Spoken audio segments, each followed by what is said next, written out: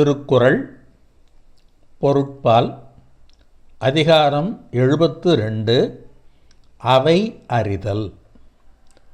அவை என்று சொன்னால் பேசுபவர் முன்னிலையிலே அமர்ந்திருக்கின்ற குழு அல்லது கூட்டம் என்று பெயர். பழங்காலத்தில் அரசாட்சி காலத்தில் அரசன் சிம்மாசனத்திலே உயர்ந்த இடத்தில் அமர்ந்திருப்பான். கீழே அவனை சூழ்ந்து அல்லது அவனுக்கு கீழே இருக்கின்ற அரங்கத்திலே பல்வேறு விதமான அமைச்சர்கள், ஆலோசனை சொல்பவர்கள், புலவர்கள், இப்படி பலரும் அமர்ந்திருப்பார்கள். அதற்கு பெயர் அரசவை என்று பெயர். பிற்காலத்தில் உத்தரமேரூர் கல்வெட்டு என்ற ஒரு கல்வெட்டை வைத்து நாம் ஊராட்சி முறையை பற்றி அறிகின்றோம். ஏரி வாரியம், தடிவழி வாரியம், இப்படி பல்வேறு வாரியங்களை வைத்து குடவோலை முறையில் தேர்ந்தெடுக்கப்பட்டு அந்த ஊராட்சி அமைப்பு இருந்திருக்கிறது. பஞ்சகாலத்திற்காகவே பஞ்சவார வாரியம் என்றெல்லாம் அமைத்திருக்கிறார்கள். அதை போலவே நீதியை கூட அந்த ஊராட்சி சபையே வழங்கியிருக்கிறது என்பதை சுந்தரமூர்த்தி நாயனாருடைய வரலாற்றிலே அவர் கையிலே இறைவன் கையிலே கொண்டு வந்த ஓலை சுந்தரமூர்த்தி நாயனாருடைய பாட்டனாருடைய ஓலையா இல்லையா என்பதை கூட அதுக்கு பெயர் அரங்கூரவயம் என்று பெயர். இப்படி பல்வேறு வகையிலே அவைகள் அமைந்திருக்கின்றன. இன்றைக்கும் கூட நாம் பல்வேறு வகையிலே அவைகளை பார்க்கிறோம். ஒரு ஆராய்ச்சி கருத்தரங்கு என்று சொன்னால் அங்கே முன்னால் குழுமி இருப்பவர்களெல்லாம் ஆய்வறிஞர்களாக இருக்கிறார்கள். மேலே இருப்பவர் தம்முடைய ஆய்வு ஏட்டை சொல்லுகிறார். அதை அனைவரும் கேட்டு அது சரியா தவறா என்று ஆராயக்கூடிய ஆய்வு அரங்கம் என்று பார்க்கிறோம். அங்கே இருக்கின்ற குழுவும் உண்டு. அதுபோல அரசியல் என்று வரும் பொழுது, அதுவும் குறிப்பாக தேர்தல் என்று வரும் பொழுது அங்கே மக்கள் குழுமி இருப்பார்கள். அது பெருங்கூட்டமாகவும் இருக்கலாம் அல்ல சிறு கூட்டமாகவும் இருக்கலாம். அங்கே பேசுகின்ற பொழுது அங்கே இருக்கின்ற அவை மக்கள் அவையாக இருக்கிறது. ஆக மக்கள் பெருந்திரளாக இருக்கிறது. அதையும் அவை என்று சொல்லலாம். அதுபோல பல்வேறு நிலைகளிலே இன்றைக்கு நாம் அவை என்ற அமைப்பை பார்க்கிறோம். ஆனாலும் இங்கே சிறப்பாக அரசவை பற்றிய செய்திகளையும் பொதுவான செய்திகளையும் விளக்கி வள்ளுவர் இங்கே சொல்லியிருக்கிறார். ஆகையினாலே அதை வரிசையாக ஒவ்வொரு குறளாக சொல்லி அதன் பொருளையும் நாம் காணலாம். அவை அறிந்து ஆராய்ந்து சொல்லுக, சொல்லின் தொகையறிந்த தூய்மையவர். அதாவது மேடை பேச்சு என்று சொன்னால் அல்லது பெரிய குழு அல்லது நல்ல அறிஞர்கள் இருக்கின்ற அவை என்று சொல்லும் பொழுது ஏதோ நமக்கு வாயில் வந்ததெல்லாம் பேசிவிட வேண்டும் என்று நினைப்பது தவறு என்பதைத்தான், எப்படி பேச வேண்டும் என்பதை இங்கே சொல்லியிருக்கிறார் வள்ளுவர். பேசுவதெல்லாம் பேச்சல்ல, எழுதுவதெல்லாம் எழுத்தல்ல, சொல்வதெல்லாம் சொல்லல்ல. ஆகையினாலே தான் பரிமேழகர் சொல்லும் பொழுது அவையறிதல்ங்கிறதுக்கு அகுதாவது அரசனோடு இருந்த அவையினது இயல்பை அறிதல் என்று சொல்லுகிறார். இங்கே அரசன் என்பதில் ஆட்சியாளர் என்று சொல்லலாம். இன்றைக்கு மக்களாட்சி காலத்தில் பல்வேறு அவைகளை நாம் சந்திக்கிறோம். அப்படி அந்த அவை முன்னாலே பேசும் பொழுது அவை அறிந்து, நமக்கு முன்னாலே இருப்பவர்கள் அறிஞர்களா, ஆய்வியல் வல்லுநர்களா, சட்டம் தெரிந்தவர்களா அல்லது சாதாரண மக்களா என்பதை அறிந்து கொண்டு, அவை அறிந்து தமக்கு முன்னாலே இருக்கின்ற கூட்டம் எப்படிப்பட்ட கூட்டம் என்பதை தெரிந்து கொண்டு சொல்லுக ஆராய்ந்து. ஆராய்ந்து என்று சொன்னால் குழுமி இருக்கிற கூட்டம் எதை விரும்பி கேட்கின்ற கூட்டம். இதை சொன்னால் அவர்கள் கேட்பார்களா? இதை சொன்னால் அவர்கள் இந்த இடத்தை விட்டு விலகிச் செல்வார்களா என்பதையெல்லாம் ஆராய்ந்து சொல்லுக, பேச வேண்டும். சொல்லுக என்றால் பேசுக. யார்? சொல்லின் தொகையறிந்த தூய்மையவர். இந்த சொல்லை இப்படி நிரல்பட சொல்ல வேண்டும். இது ஆராய்ச்சி அறிஞர்கள் கூடியிருக்கின்ற ஒரு அவை என்று வைத்துக்கொள்ளுங்கள். குறிப்பாக ஏவுகணை பற்றி, முழுக்க முழுக்க வானவியல் பற்றி, இன்றைக்கு இருக்கக்கூடிய ஏவுகணை, அடுத்து ஏவுதளத்திலிருந்து அனுப்பக்கூடிய பல்வேறு விதமான அந்த ராக்கெட் என்று சொல்லுகிறோம் அல்லவா, அவை, அடுத்து மேலே செல்லுகின்ற செயற்கைக்கோள்கள், இவை பற்றி ஆராயக்கூடிய குழு என்று சொன்னால் அந்த குழுவிடம் எதை சொல்ல வேண்டுமோ, எதை ஆராய்ந்து பேச வேண்டுமோ அதை தெரிந்து பேச வேண்டும். அதான் சொல்லின் தொகை அறிந்த தூய்மையவர். இந்த சொல்லை இவரிடம் இப்படி பேச வேண்டும். அதே சமயத்தில் ஒரு புலவர் அவை இருக்கிறது. அவர்கள் இலக்கிய ஆராய்ச்சி செய்கிறார்கள். அந்த இடமாக இருந்தால் இலக்கிய செய்திகளை மட்டுமே ஆராய்ந்து அந்த அறிஞர்கள் முன்னாலே பேசுக. அடுத்து மாணவர் அவை என்று வைத்துக்கொள்ளுங்கள். அந்த மாணவர் அவையின் முன்னாலே என்ன பேச வேண்டும், எப்படி பேச வேண்டும், எந்த தலைப்பை பற்றி பேச வேண்டும், அந்த தலைப்புக்குள்ளே என்னென்ன வகை தொகை இருக்கிறது என்பதையெல்லாம் அறிந்து பேசுக என்பதைத்தான் சொல்லின் தொகையறிந்த தூய்மையவர். இப்படிப்பட்ட இடத்தில் இப்படிப்பட்ட சொல்லை தொகுத்து சொல்ல வேண்டும் என்ற தூய சிந்தனை உடைய அறிஞர்கள் தமக்கு முன்னாலே இருக்கின்ற அவை பற்றி நன்றாக தெரிந்து கொண்டு அந்த அவைக்கு ஏற்றவாறு உரையாற்றுக என்பதைத்தான் இங்கே ஒரு இலக்கணம் போலவே சொல்லியிருக்கிறார் வள்ளுவர். அவை அறிந்து ஆராய்ந்து சொல்லுக, சொல்லின் தொகையறிந்த தூய்மையவர். தொகையறிதல் என்றால் முன்னால் இருக்கின்ற அவர்களுடைய திறமை என்ன என்பதை அறிந்து கொண்டு பேசுதல் என்பது. இங்கே தொகையறிதல் என்பதற்கு திறனறிதல் என்று மணக்குடவர் ஒரு அழகான விளக்கத்தை கொடுத்திருக்கிறார். அடுத்து இரண்டாவது குறட்பா. இடை தெரிந்து நன்கு உணர்ந்து சொல்லுக, சொல்லின் நடை தெரிந்த நன்மையவர். சொல்லின் நடை தெரிந்த நன்மையவர். ஏனென்றால் இந்த சொல்கின்ற சொற்களிலே எந்த விதமான குற்றமும் வரக்கூடாது. ஆகையினாலே இப்படிப்பட்ட எந்த விதமான குற்றமும் வராமல், அந்த நடை என்றால் பேச்சுக்கு என்று ஒரு நடை உண்டு. அந்த நடை மிகச்சிறந்த இலக்கிய நடையாகவும் இருக்கலாம், அல்லது சாதாரணமான மக்களுக்கு தெரியக்கூடிய எளிய நடையாகவும் இருக்கலாம். அப்படி பேசும் பொழுது அங்கே கேட்பவர்கள் நம்முடைய பேச்சை அவர்கள் கேட்கிறார்களா, அல்லது அவர்களுக்குள்ளேயே பேசிக்கொண்டு இருக்கிறார்களா?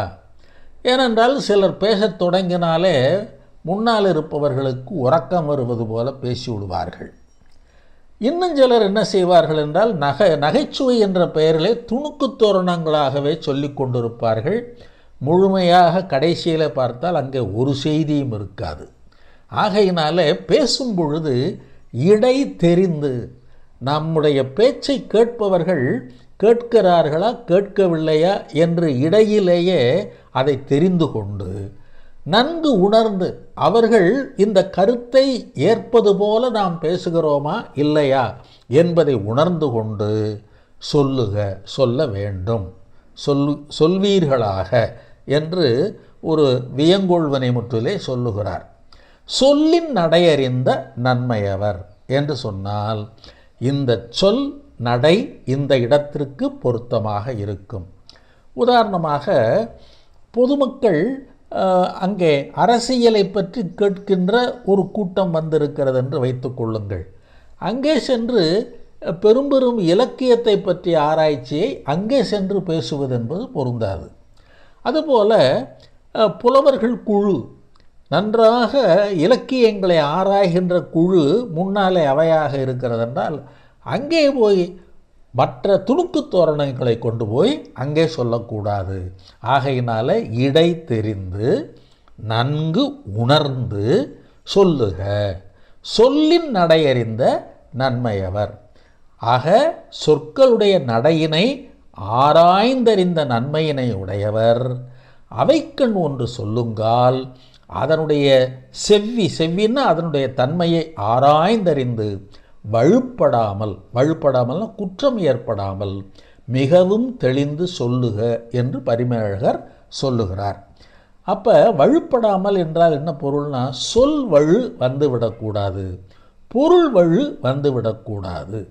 ஆக செவ்வி என்பதற்கு என்ன சொல்லுகிறார் என்றால், அங்கே இருக்கின்ற அவை கேட்பதிலே விருப்பம் இருப்பது போல பேசுங்கள் என்று சொல்லுகிறார். ஆகையினாலே செவ்வி என்ற சொல்லுக்கு கேட்பவர் விருப்பம் கொள்ளுதல் என்று சொல்லுகிறார். ஆகையினாலே நாம் பேசுகின்ற பேச்சினாலே வரக்கூடிய குற்றத்தை ஆராய்ந்து அதனால் வருகின்ற நன்மையையும் அறிந்து சொல்ல வேண்டும் என்பது மணக்குடவருடைய சிந்தனை. ஆகையினாலே இடை தெரிந்து நன்கு உணர்ந்து சொல்லுக, சொல்லின் நடையறிந்த நன்மையவர். ஆக தான் தெரிந்ததெல்லாம் இந்த அவையிலே சொல்ல வேண்டும் என்று நினைத்து கொண்டு அந்த அவை கேட்கிறதா இல்லையா, அவர்கள் அதை புரிந்து கொள்கிறார்களா இல்லையா என்பதையெல்லாம் அந்த பேசுகின்ற பேச்சாளர் புரிந்து கொண்டு பேச வேண்டும் என்பதுதான் இடை தெரிந்து நன்கு உணர்ந்து சொல்லுக, சொல்லின் நடை தெரிந்த நன்மையவர். மூன்றாவது குறட்பா, அவை அறியார் சொல்லல் மேற்கொள்பவர் சொல்லின் வகையறியார் வல்லதூம் இல் என்று சொல்லுகிறார். அவையறியார் சொல்லல் மேற்கொள்பவர் என்று சொன்னால் முன்னால் அமர்ந்திருக்கின்ற அந்த கூட்டம், அந்த அவை எப்படிப்பட்ட அவை என்ற அந்த கருத்தினை அறியாமல் ஒரு சொல்லை, அதாவது அவர்களுக்கு சம்பந்தமில்லாத சொல்லையெல்லாம் அங்கே சொல்லக்கூடாது. அப்படி சொன்னால் அவர்கள் சொல்லின் வகையறியார். இந்த சொல்லினுடைய செய்தி எப்படிப்பட்ட செய்தி என்பதை அறியாதவர்களாக இந்த பேச்சாளர்கள் இருக்கிறார்கள் என்று பொருள். ஒரு கூறுபாடும் தெரியாதவர்கள் என்பது இங்கே தெரிகிறது. ஆகையினால அவையினது அளவை அறியாத, அளவை என்றால் இங்கே அந்த அறிவு என்று இங்கே பொருள். அளவை என்பதற்கு எதை கொண்டு அளத்தல் என்று பொருள் அல்ல. நாம் பேசுகின்ற செய்திகளை கேட்கின்ற ஆற்றல் உடையவர்களாக இருக்கிறார்களா என்ற அளவை.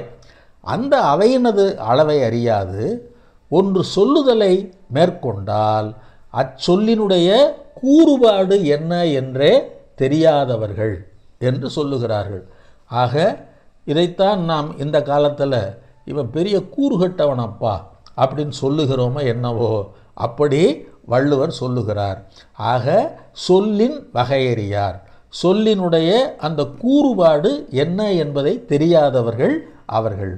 வல்லதூம் இல், அவர்களாலே அந்த பேச்சுக்கலைக்கு எந்த விதமான பெருமையும் இல்லை, அவர்களிடம் ஒரு வல்லமையும் இல்லை.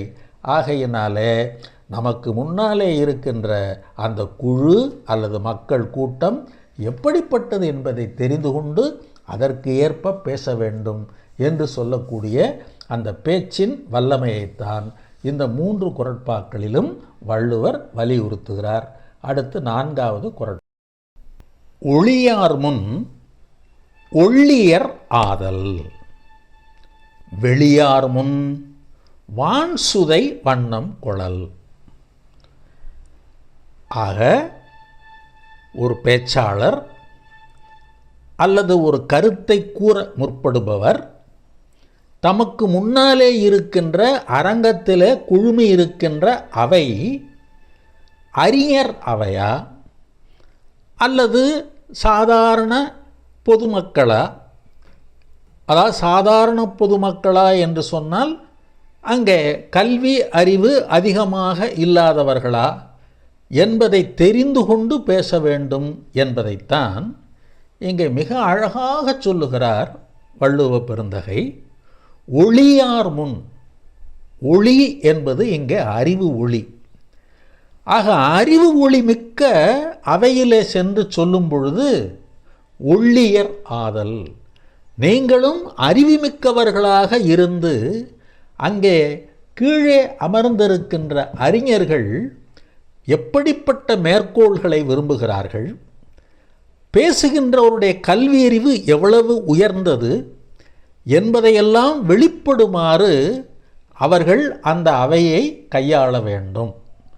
ஆக ஒளியார் முன் ஒள்ளியர் ஆதல், அறிவால் ஒள்ளியார் அவைக்கண் தாமும் ஒள்ளியராக என்று சொல்லி இங்கே பரிமழகர் சொல்லுகிறார். அதாவது ஒள்ளியார் என்று சொன்னால் அங்கே முன்னால் அமர்ந்திருக்கின்ற அந்த அவையினர் தம்மை காட்டிலும் அறிவு மிக்கவராகவும் இருக்கலாம், அல்லது தமக்கு சமமானவர்களாகவும் இருக்கலாம் என்பதைத்தான் ஒள்ளியார் என்று சொல்லுகிறார்.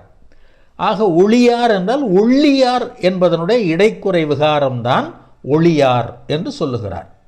ஆக ஒள்ளியார் என்றால் அறிவு மிக்கவர் என்று பொருள்.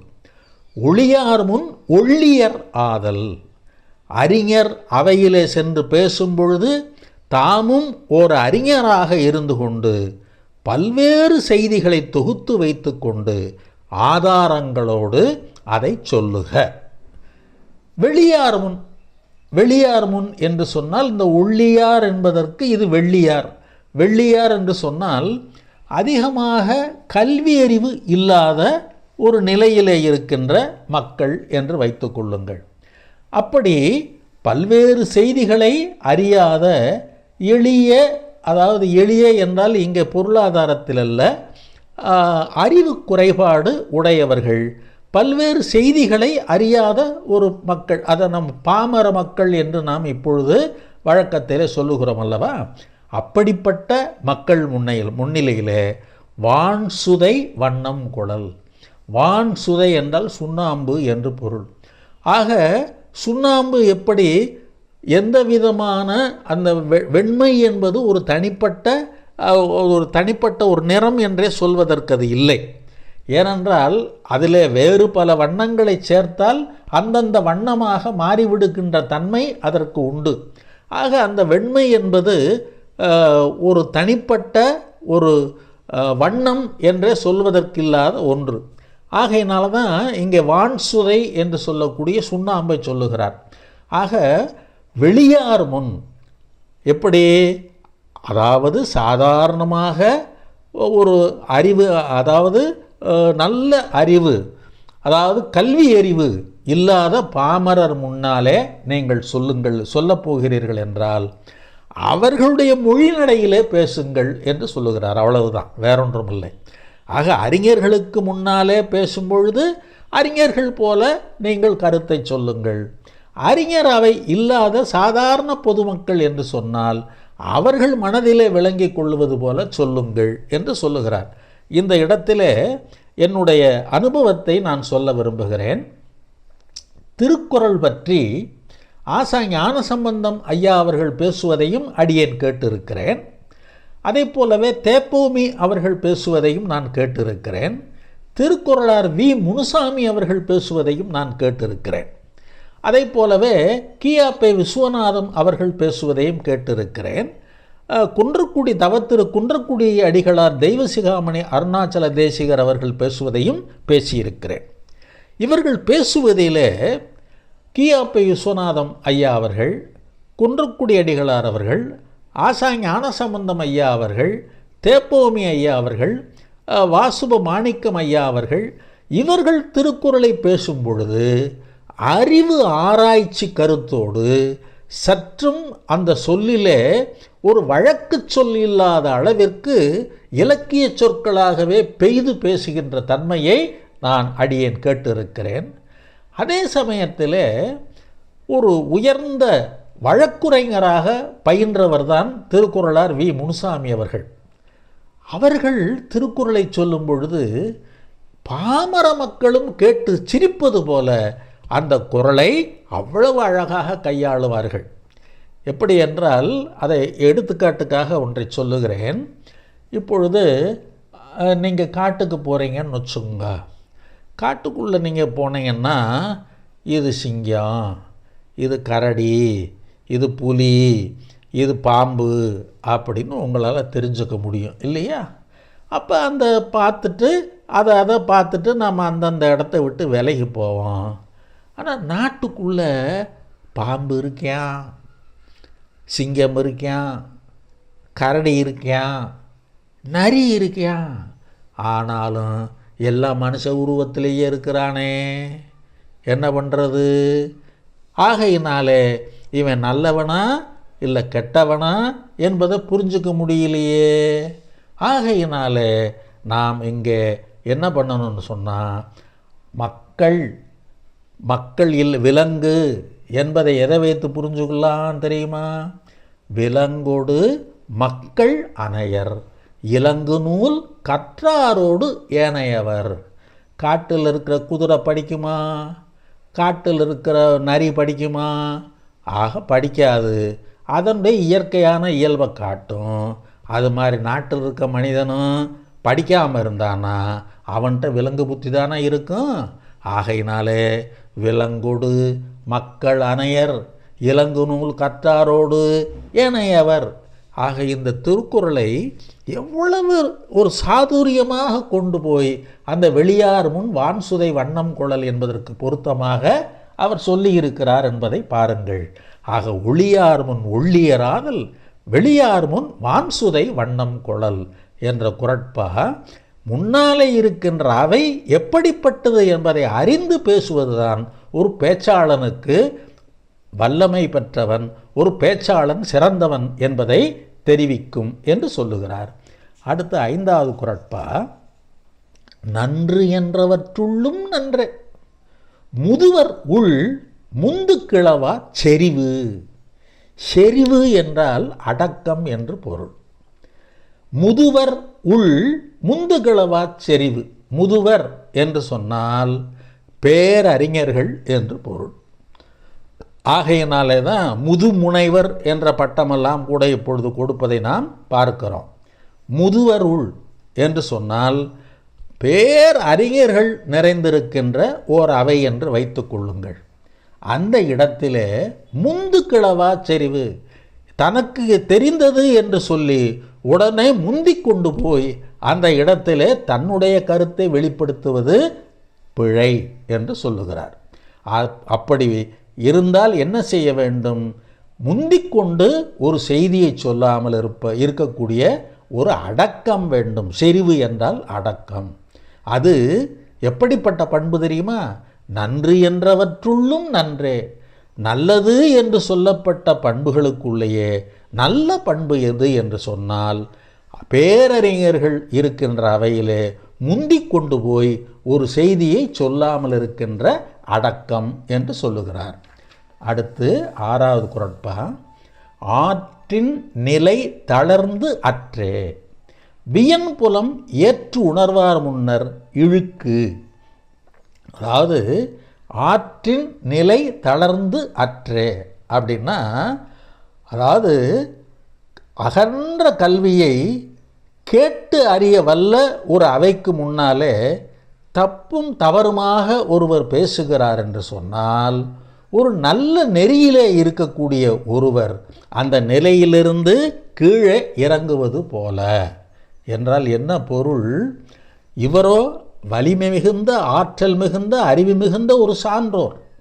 அந்த சான்றோர் நல்ல கல்வி கற்றவர். வியன் புலம், புலம் என்றால் அறிவு, அகன்ற அறிவு பெற்றிருக்கக்கூடிய அந்த அறிஞர் ஏற்று உணர்வார் முன்னர் இழுக்கு என்று சொன்னால், அதாவது இவரைப் போலவே அறிவுமிக்க அந்த சான்றோர் அவையிலே போய் ஒரு செய்தியை சொல்லும் பொழுது அங்கே அவர் அந்த மக்கள் அல்லது முன்னாலே இருக்கின்ற அந்த அறிஞர்கள் முன்னிலையிலே தவறான செய்திகளை கொண்டு போய் பேசுவது என்பது அவர் அந்த இடத்திலே அசிங்கப்பட நேரிடும்.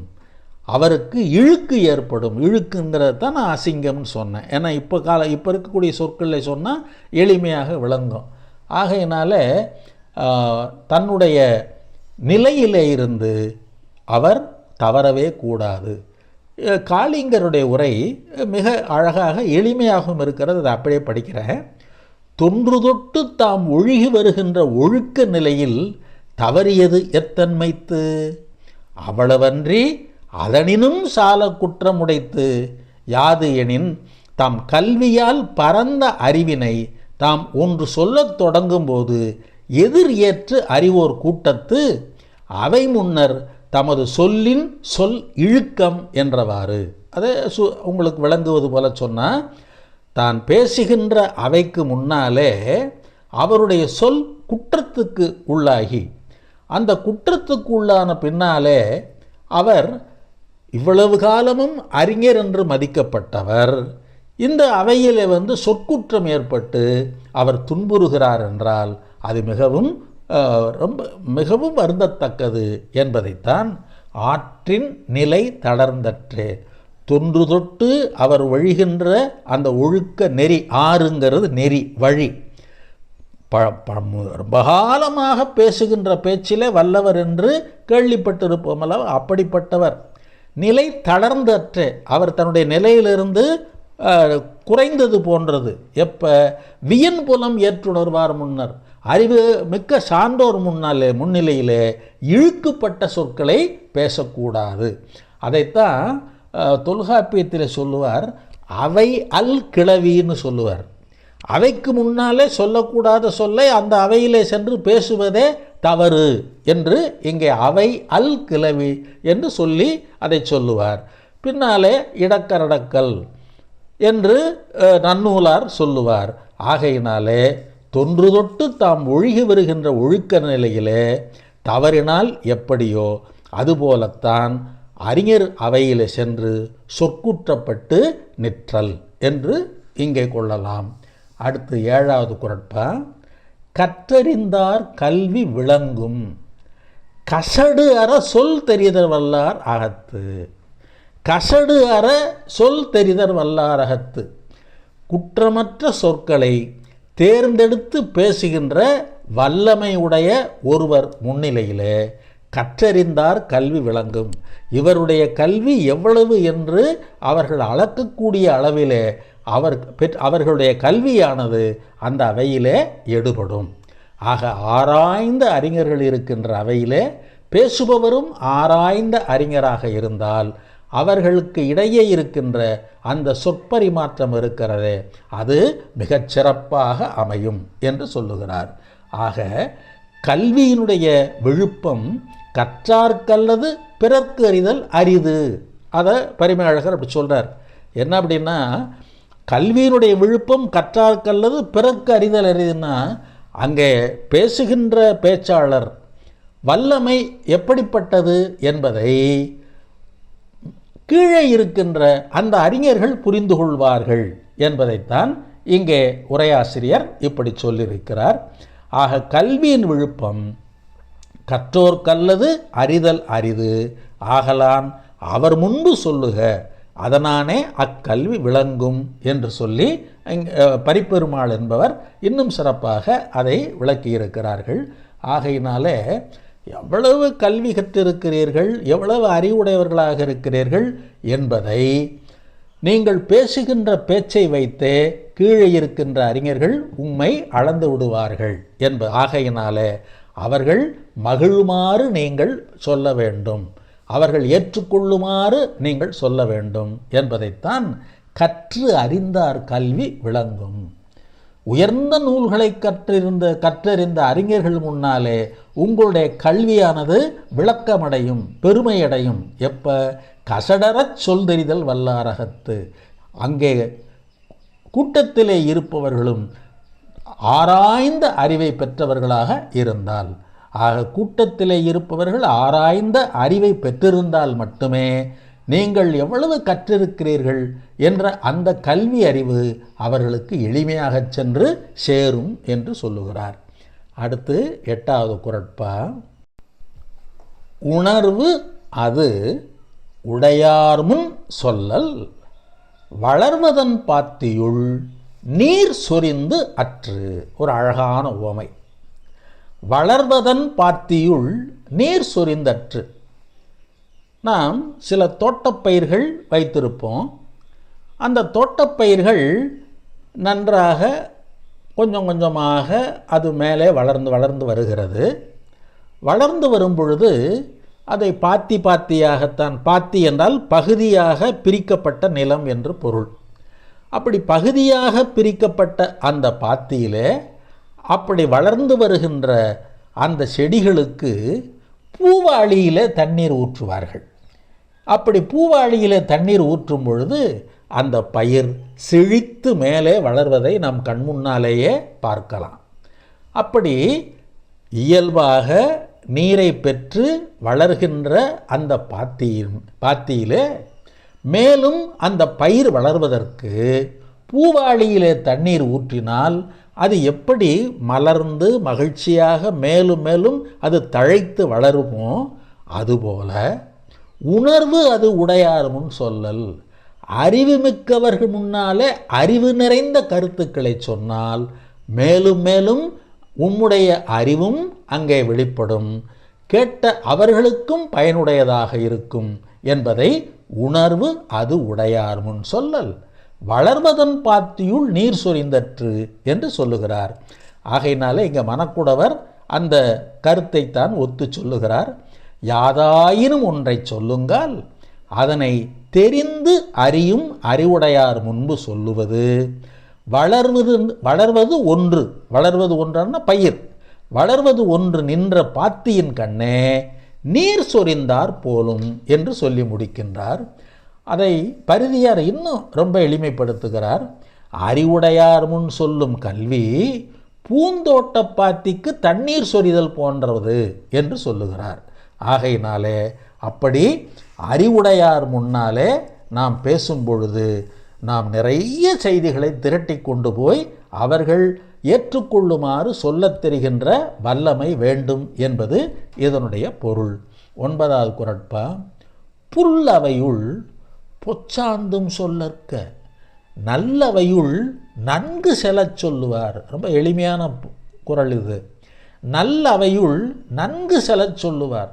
சான்றோர் நிறைந்த அவையிலே சான்றாண்மை கருத்தை கூறுகின்ற வல்லமை உடையவர்கள் புல்லவை, அதாவது ரொம்ப சாதாரணமாக கல்வியறிவே இல்லாத அவர்கள் முன்னிலையிலே மிக ஆராய்ச்சி கருத்துக்களை கொண்டு போய் பொச்சாந்தும் என்றால் மறந்தும் என்று பொருள்.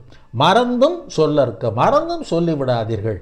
இப்போ உதாரணமாக படிக்காத அந்த பாமர மக்கள் என்று சொல்லுகிறோம் அல்லவா, அவர்கள் முன்னிலையிலே சென்று எனக்கு இவ்வளவு புறநானூற்று பாடல் தெரியும், இவ்வளவு அகநானூற்று பாடல் தெரியும், நான் அகநானூற்றை அலசியவன், புறநானூற்றை புரட்டியவன், சங்க இலக்கியத்தை அப்படியே கரைத்து குடித்தவன் என்றெல்லாம் அங்கே போய் சொல்லி கொண்டிருந்தார்.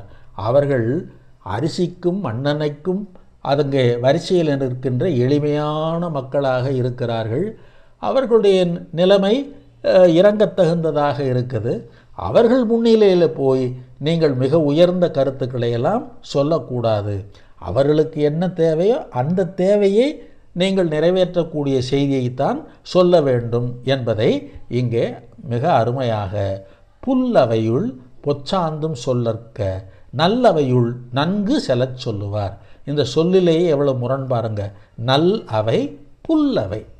புல்லவை என்று சொன்னால் இங்கே புல் என்பதற்கு ஏன் அதை புல்லவை என்று சொல்லுகிறார் என்று சொன்னால், புல் ஓரறிவு உயிர், புல்லும் மரணும் ஓரறிவினவே பிறவும் உளவே அக்கிளை பிறப்பே என்று தொல்காப்பியத்திலே பார்த்திருக்கிறோம்.